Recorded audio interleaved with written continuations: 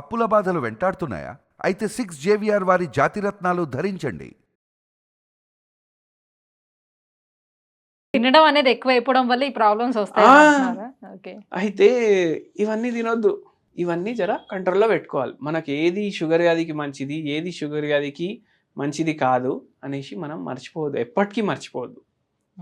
మళ్ళా ఇంకోటి నేను చెప్తాను మీకు, మీరు కూడా వింటే ఆశ్చర్యపోతారు. మామిడి పండు ఉంటుంది కదా, అవును, సమ్మర్లో బాగా వచ్చేది అది. మామిడి పండు గ్లైసిమిక్ ఇండెక్స్ రైస్ కన్నా తక్కువ ఉంటుంది. అంటే Okay. దాని అర్థం ఏంటి అంటే, మీరు రైస్ తింటే మీ షుగర్ ఎంత పెరుగుతుంది, మామిడి పండు తింటే అంతా పెరగదు, కొద్దిగా పెరుగుతుంది. అవునా? కానీ మామిడి పండు తినద్దు అంటారుగా మరి.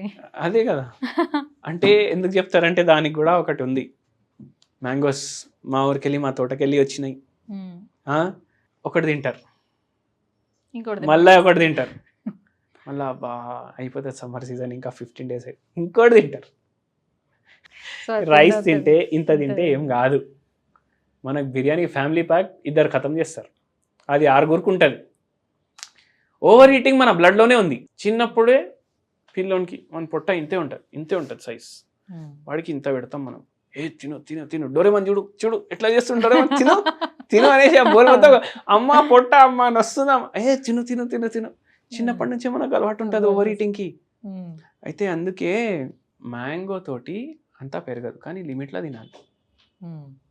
మళ్ళీ మ్యాంగో తింటే దాంతో ఆపేసేయాలి, మళ్ళీ ఫస్ట్ డెజర్ట్ లాగా లాస్ట్లో తినదు. మళ్ళీ ఇంకా కొందరు ఏం చేస్తారు, అరే బేనిషాన్ తెచ్చినాం, మ్యాంగో కట్ చేసుకున్నాం, జర్రా సప్పగుంది, చక్కెర వేద్దాం దాని మీద అనేసి మంచిగా స్ప్రింకల్ చేస్తారు చక్కెర. ఉమ్. అరే నాకు షుగర్ ఉంది, చక్కెర వాడొద్దు, బెల్లం పౌడర్ వేయరా అనేసి మళ్ళీ బెల్లం పౌడర్ వేస్తారు దాని మీద. మళ్ళీ అది కాకుండా మిల్క్ షేక్ తయారు చేసుకుందాం దీంతో, ఆల్టర్నేటివ్ సోర్సెస్ ఏమున్నాయో దాన్ని ఆ. యూటిలైజ్ చేయడానికి. అది చెయ్యొద్దు. న్యాచురల్ లాగా తినాలి. ఉమ్. అట్లా ఇవి మనం పాటించాలి. హైడ్రేటెడ్ ఉండాలి మనిషి. ఇప్పుడు హైడ్రేటెడ్, ఈ వీడియో ఇప్పుడు ఎట్లయిపోయిందంటే రోడ్ల మీద నడుచుకుంటూ పోతారు, ఉమ్. రీళ్ళు నడుస్తూనే ఉంటాయి ఫోన్లో.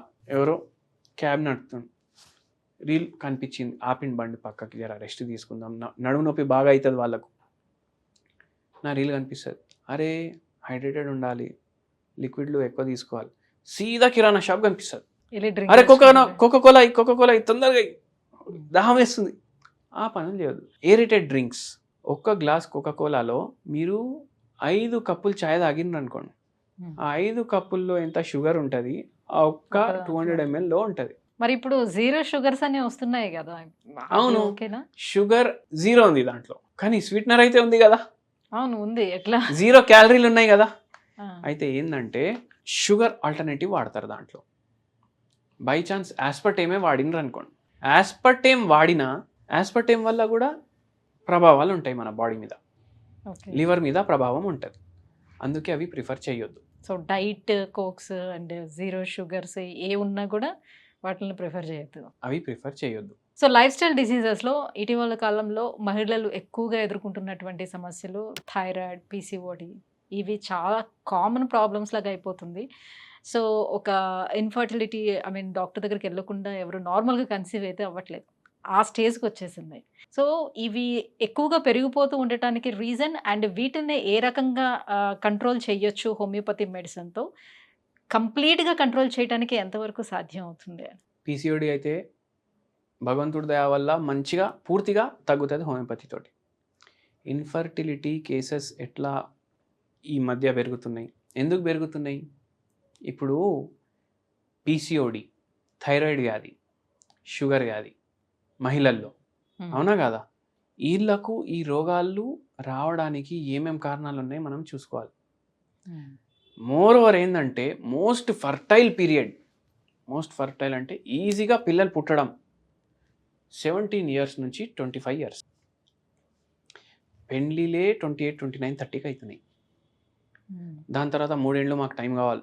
అంటే వీళ్ళకి మెనర్కి స్టార్ట్ అయిన 2 years నుంచి పిల్లల్లో ఇష్యూస్ స్టార్ట్ అయిపోతున్నాయి కదా. అవును, ఎందుకంటే వాళ్ళు తినేది చెత్త, జంక్ ఫుడ్ అంటారు దాన్ని. తెలుగులో ట్రాన్స్లేట్ చేస్తే చెత్త తిండి. తెలుగులో ట్రాన్స్లేట్ చేస్తే అదే జంక్. ఇది చెత్త, ఇది తిను అంటే ఎవరైనా తింటాడా? తినడు. జంక్ ఫుడ్ అని పదం వానికి అర్థం కాక తింటుండా, లేకపోతే ఇగ్నోర్ చేసి తింటుండా వాళ్ళకే తెలుసు. పిల్లలు ఏడుస్తారు, అరే నువ్వు నాకు ఆ చిప్స్ ప్యాకెట్ తీసుకురా, లేకపోతే ఇప్పుడు తినను నేను చిప్స్ ప్యాకెట్ కావాలి నాకు. ఇప్పుడు వాళ్ళ నానమ్మ పోతుంది కిరాణా షాప్కి పోయి ఆ చిప్స్ ప్యాకెట్ ఏం చేయాలి, తింటలేడు. అరే నువ్వు ఒక పూట తిననివ్వకపోతే నెక్స్ట్ టైం అయితే తింటారు కదా. అన్ఎడ్యుకేటెడ్ అందరు పేరెంట్స్ కూడా ఇస్తున్నారు పిల్లలకి. ఎడ్యుకేటెడ్ అని కాదు, సేమ్ ఇప్పుడు మనకు తెలుసు మన పిల్లల హెల్త్ డ్యామేజ్ అవుతుంది, మనకు తెలుసు. కానీ మనం మన చేతనైతే లేదు ఇచ్చేద్దాం, గమ్మున ఊకుంటాడు ఒక 2 గంటలు, ఫోన్ చేతిలో పెట్టేస్తారు, చిప్స్ ప్యాకెట్ పెట్టేస్తారు, వాడు తినుకుంటా ఫోన్ చూస్తాడు 2 గంటలు, అట్లా అయిపోతుంది. మళ్ళీ ఇప్పుడు అందరూ హస్బెండ్ వైఫ్ ఇద్దరు వర్కింగ్ అనుకోండి, నాయనమ్మ కానీ తాత వాళ్ళు కానీ అమ్మమ్మ వాళ్ళు కానీ లేకపోతే ఒక కేర్ టేకర్ కానీ వాళ్ళు చూసుకుంటారు పిల్లలకి, స్కూళ్ళకు పోతారు, అది డే కేర్ సెంటర్లకు పోతారు, అప్పుడు వస్తుంది ప్రాబ్లం. అయితే ఏంటంటే చిన్నప్పటి నుంచి మనం హెల్దీ ఫుడ్ ఇస్తే, వాళ్ళకి ఫిజికల్ యాక్టివిటీ ఇస్తే వాళ్ళకు ఆ ప్రాబ్లంలు వస్తాయా? రావు. ఎన్ని స్కూళ్ళకు ఇప్పుడు ప్లే గ్రౌండ్లు ఉన్నాయి, మైండ్ పెరిగేటట్టు బాడీ కూడా పెరగాలి, ఓవరాల్ డెవలప్మెంటే ఉండలేదు. మన టైంలో కూడా ఐఐటీలు ఉండే, మన టైంలో కూడా మెడికల్ కాలేజీలు ఉండే, అవునా కదా? అప్పుడైతే 5 ఐఐటీలు ఉండే. ఇప్పుడు ఒక పిల్లోడు వచ్చి ఒక 2 వారాల ముందు 6th క్లాస్లో ఉన్నాడు, 6th క్లాస్లో ఉన్నాడు. ఆ పిల్లోని స్కూల్ టైం మార్నింగ్ 8 నుంచి 6 వరకు. అమ్మ అంత ఏం చదువుతావు అని అడిగినా నేను. ఇంతే ఉంటుంది కదా మ్యాథ్స్ టెక్స్ట్ బుక్ ఎవరికన్నా. ఐఐటి కోచింగ్ అంట 6th క్లాస్ అని, అంటే వానికి ఇంజనీరింగ్ అంటే కూడా తెలియదు. వాళ్ళు ఐఐటి కోచింగ్, మా పిల్లోడు ఐఐటి చేస్తుండు అనేసి చెప్తారు. వాళ్ళకి ఏమపో ఉంటుంది అంటే ఐఐటి జాయిన్ అయిపోయిన వాళ్ళ పిల్లోడు, కోచింగ్ అనేది వాళ్ళకి తెలియదు చాలా పేరెంట్స్కి. అది కూడా ఒక ప్రాబ్లం. మళ్ళీ అంత గంటలు చదివినా అంతే ఎక్కుతుంది, గంట చదివినా అంతే ఎక్కుతుంది. ఫుల్ స్ట్రెస్ కార్టిజోల్ పెరుగుతుంది, కార్టిజోల్ పెరిగితే పీసీఓడి వస్తుంది. సో పునాది కరెక్ట్గా లేదనమాట. సో అక్కడ నుంచి మొత్తం ప్రాబ్లం ఇష్యూ అంతా స్టార్ట్ అయిపోతుంది. యా, మరి దీన్ని లాంగ్ టర్మ్ ఈ మెడిసిన్ యూస్ చేయటం వల్ల క్యూర్ చేయడానికి సాధ్యం అవుతుంది, లేకపోతే షార్ట్ టర్మ్లోనే దీన్ని క్యూర్ చేసుకోవచ్చు అనుకుంటారు? ఫస్ట్ ఇన్ఫర్టిలిటీ కేసు వచ్చింది అనుకోండి, మన మందులు ఇవ్వడంతో పీరియడ్ ఆటోమేటిక్ రెగ్యులర్ రావడం స్టార్ట్ అవుతుంది, ఎగ్ రెగ్యులర్ టైంకి రిలీజ్ అవుతుంది, ప్రెగ్నెన్సీ కూడా నార్మల్గా వస్తుంది. అట్లా ఉంటుంది హోమియోపతి మెడిసిన్. అండ్ చాలా కేసులకి హోమియోపతి మెడిసిన్స్ తోటి ఎవరికైతే వేరే వేరే ట్రీట్మెంట్లు వాళ్ళకి ఫెయిల్ అయినాయి వాళ్ళకు కూడా పిల్లలు అయినరు హోమియోపతి మందులతోటి. డైరెక్ట్గా ఇప్పుడు పేషెంట్ వచ్చి మిమ్మల్ని అప్రోచ్ అయ్యి వాళ్ళ ప్రాబ్లం అంతా చెప్పి చేస్తేనే మీరు మందులు ఇవ్వగలుగుతారా, లేకపోతే ఆన్లైన్ కన్సల్టేషన్ ద్వారా కూడా చేయొచ్చు అంటారు? నేనే కాదు, ఏ డాక్టర్ అన్నా ఇదే ప్రిఫర్ చేస్తారు, పేషెంట్ రావాలి. ఎందుకంటే ఇప్పుడు మన సైడ్ నుంచి ఎక్కడ ఇది ఉండొద్దు, ఫిజికల్ ఎగ్జామినేషన్ కూడా చేస్తాము, పూర్తిగా కేసు కూడా తీసుకుంటాము, అన్నీ క్లియర్ అర్థం అవుతాయి. అంటే వేరే దేశాల్లో ఉండేవాళ్ళు ఎవరైనా ఎప్పుడైనా ఇక్కడికి వచ్చేటప్పుడు మిమ్మల్ని అప్రోచ్ అయ్యేటప్పుడు కంప్లీట్గా ఒక 1 yearకి అట్లా సరిపడేట్టు మెడిసిన్స్ తీసుకెళ్ళడానికి సాధ్యం అవుతుందా? అవును, అవుతుంది. ఆన్లైన్లో మనకి టచ్లో ఉంటే 6 నెలలకి ఒకసారి మనం మెడిసిన్ ఇస్తాము, ఎందుకంటే ఎవ్రీ 6 నెలలకి మనం రివ్యూ చేస్తాము, మళ్ళీ వాళ్ళకు మెడిసిన్ కూడా పంపిస్తాము అయిపోయినాం. అప్పుడు ఎవరైనా పేషెంట్కి హోమియోపతి పనిచేయని సందర్భం ఏదైనా ఉంటుందా? పేషెంట్ ఓపిక పట్టాలి, ఖచ్చితంగా హోమియోపతి మెడిసిన్ పనిచేస్తుంది. హోమియోపతి మెడిసిన్లో ఉన్న బెనిఫిట్స్ అసలు హోమియోపతి డాక్టర్కి కూడా ఒక్కొక్కసారి అర్థం కావు.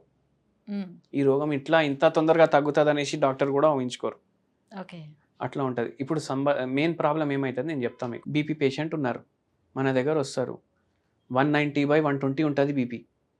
మనం చెప్తాం డైలీ ఒక అరగంట వాకింగ్ చేయండి, టైంకి పడుకోండి, మందులు వాడండి, వాకింగ్ కుదరదు, ఆల్కహాల్ తాగకండి, రోజు కంపల్సరీ కావాలి, లేకపోతే నిద్ర రాదు. సో ఫస్ట్ ఆఫ్ ఆల్ పేషెంట్కి బాగా పేషెన్స్ అనేది ఉంటే ఇందులో మంచి రిజల్ట్స్ కూడా ఉంటాయని అంటే డాక్టర్ చెప్పింది కూడా వినాలి. Right, thank you so much. So మొత్తానికి హోమియోపతి అంటే ఏంటి దగ్గర నుంచి మొదలు పెడితే సో ఏ జబ్బులను కూడా క్యూర్ చేయగలుగుతుంది, ఎలా ఏంటి అని ఇంత వివరంగా తెలియజేసినందుకు thank you so much. Thank you madam.